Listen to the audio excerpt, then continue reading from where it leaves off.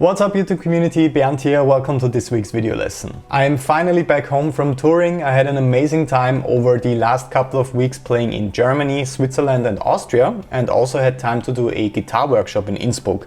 Big thanks to all students who stopped by, of course. I hope that you guys in my YouTube community enjoyed the pre-recorded lessons that I posted over the last couple of weeks. Now it's time to get back into it. Our topic for this week is really important. We are learning the names and sounds of each individual basic interval we can play on the guitar and how to use all that knowledge in a practical context. So let's start right away.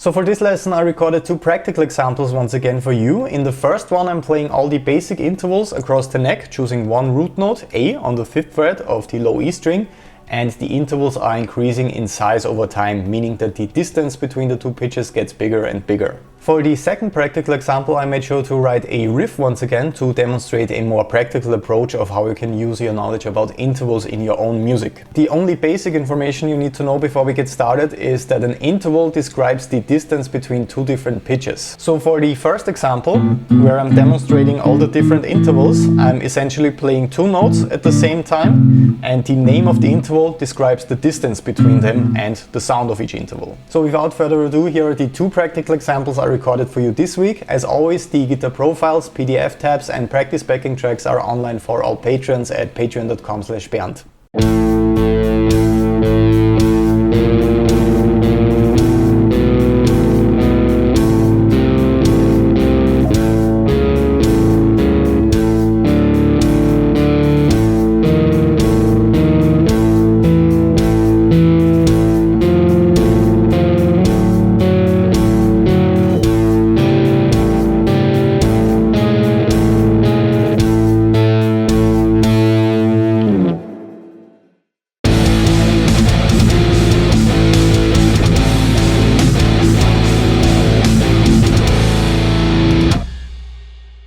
So I really hope that I could demonstrate how the correct use of intervals can spice up your riffs with the second example. Everything was just based around the note A here on the 5th fret of the low E string, and actually the bass track was just playing A all the time in different rhythmic variations depending on what the drums were doing.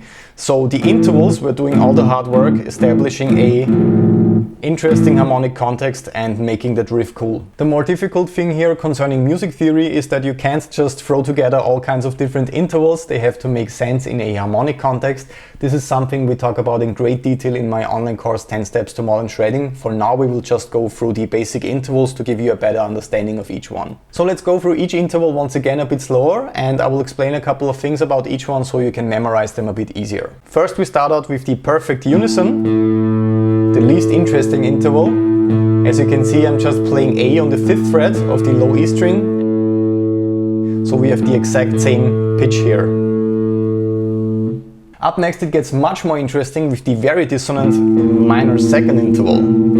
As you can see, I have to do quite some stretching here. I'm playing A on the 5th fret of the low E string, as for all the intervals. This is my harmonic center. And I'm playing A sharp or B flat on the 1st fret of the A string. So essentially I'm just playing, those two notes are just a semitone apart, but I want to play both pitches at the same time. So I play them like that. So this is the absolute smallest interval we can play concerning the distance of these two pitches. Of course we can also play microtonal bends.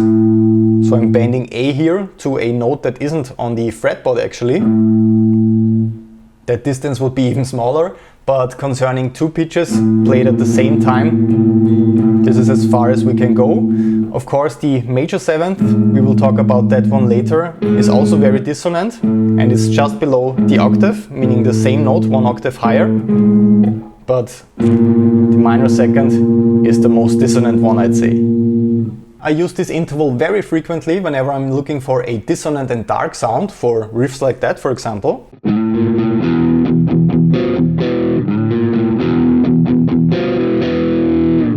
Or just as a way to introduce some tension and release like that.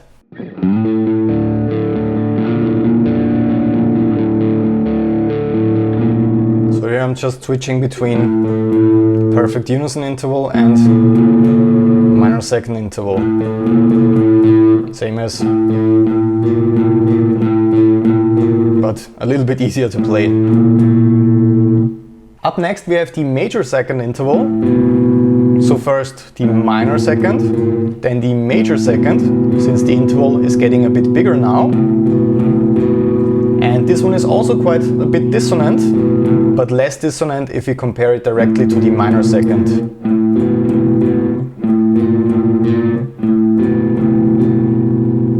I use this interval very frequently, usually in higher octaves, for example on top of the perfect fifth, for classic chords like that, or in minor or major seventh voicings on top of these chords, for example.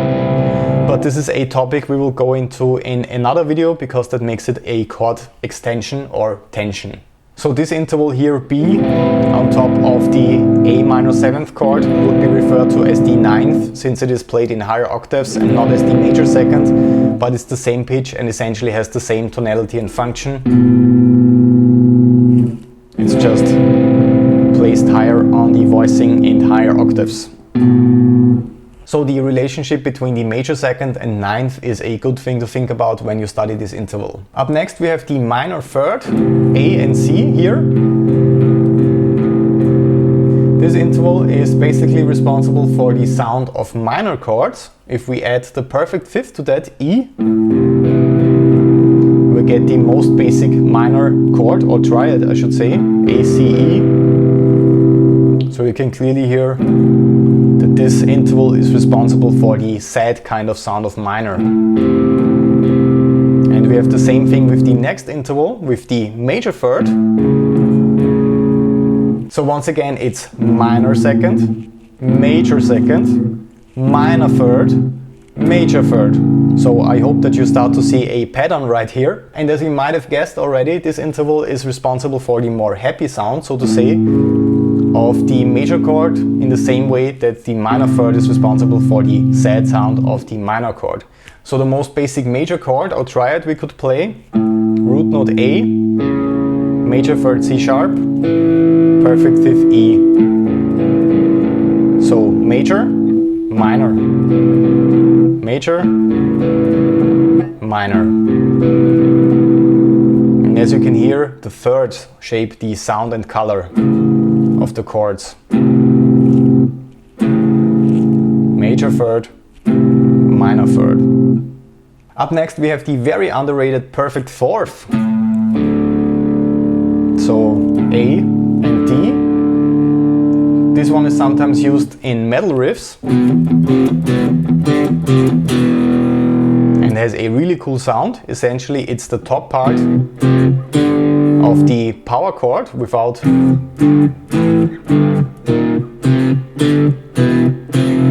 playing the root notes. But this interval has a lot more interesting functions, like for example replacing the major or minor third in major or minor voicings with a perfect fourth, creating a neutral sus chord, sus standing for suspended. So this one doesn't sound like major or minor. I could use it basically in both cases. And it would be called sus4, since I'm substituting the third with a fourth. I could also do the same thing with the major second we talked about in the beginning. That would make it a sus2 chord. So sus2, sus4, major and minor.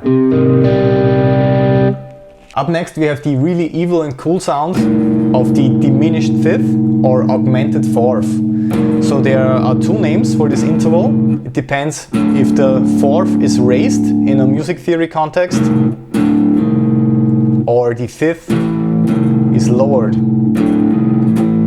So augmented fourth or diminished fifth.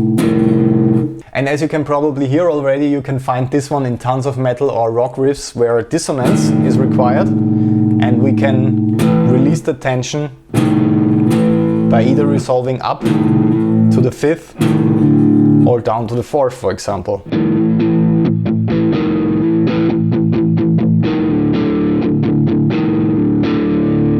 which sounds pretty cool. Up next we have the absolute classic, the perfect fifth, often used as the power chord, maybe extended with the octave interval with the pinky finger, or just played with the pinky finger like I do it most of the time. And this one is pretty much the backbone of any iconic riff. I don't think we have to talk too much about it. You might have come across this one already. Next we have the minor sixth and major sixth. So once again, to summarize, we start with the perfect unison, then we have the minor second, major second, minor third, major third, perfect fourth, then the diminished fifth or augmented fourth, the perfect fifth or power chord, and then the minor sixth and major sixth. A beginner's guide to understanding and memorizing these two intervals could be connecting them to the minor and major third, for example, because the minor sixth has a sound and color quite similar to the minor third. It sounds quite sad.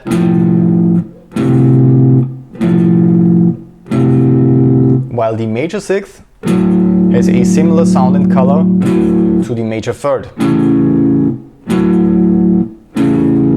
So once again, minor sixth, minor third, major sixth, major third. And the minor sixth is often used in rock and metal riffs once again to resolve back into the perfect fifth, for example like that.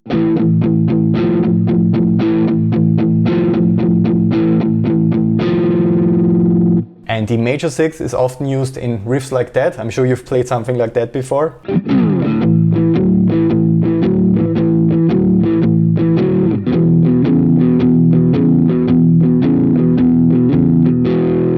The major sixth interval is actually often used in minor chords too, which might sound a little bit odd right now because we associate the minor third with the minor sixth and the major third with the major sixth. But if you remember my video from last week where we talked about the Dorian sound, we said that Dorian is essentially the natural minor scale with a major sixth. So on the tonic there I could add that characteristic major sixth interval to the minor chord and we instantly get that cool Dorian vibe. And in the end, after the minor sixth and major sixth, we of course have the minor seventh and major seventh. And the really cool thing here is that we can once again relate those two intervals to the sounds and colors of minor and major, since they are mostly used in minor chords to make them minor seventh chords, or in major chords to make them major seventh chords. These are often called jazz chords, since we associate that sound with jazz or fusion or blues, and they sound much more interesting when we compare the basic minor chord to the minor seventh chord, or the basic major chord to the major seventh chord. I will also make sure to record a more advanced lesson on chord tensions. If you want to dive into that right now, you can check out the Jazz Chords in Metal episode that I recorded a couple of weeks ago. In the end, please make sure to subscribe to join this YouTube community today.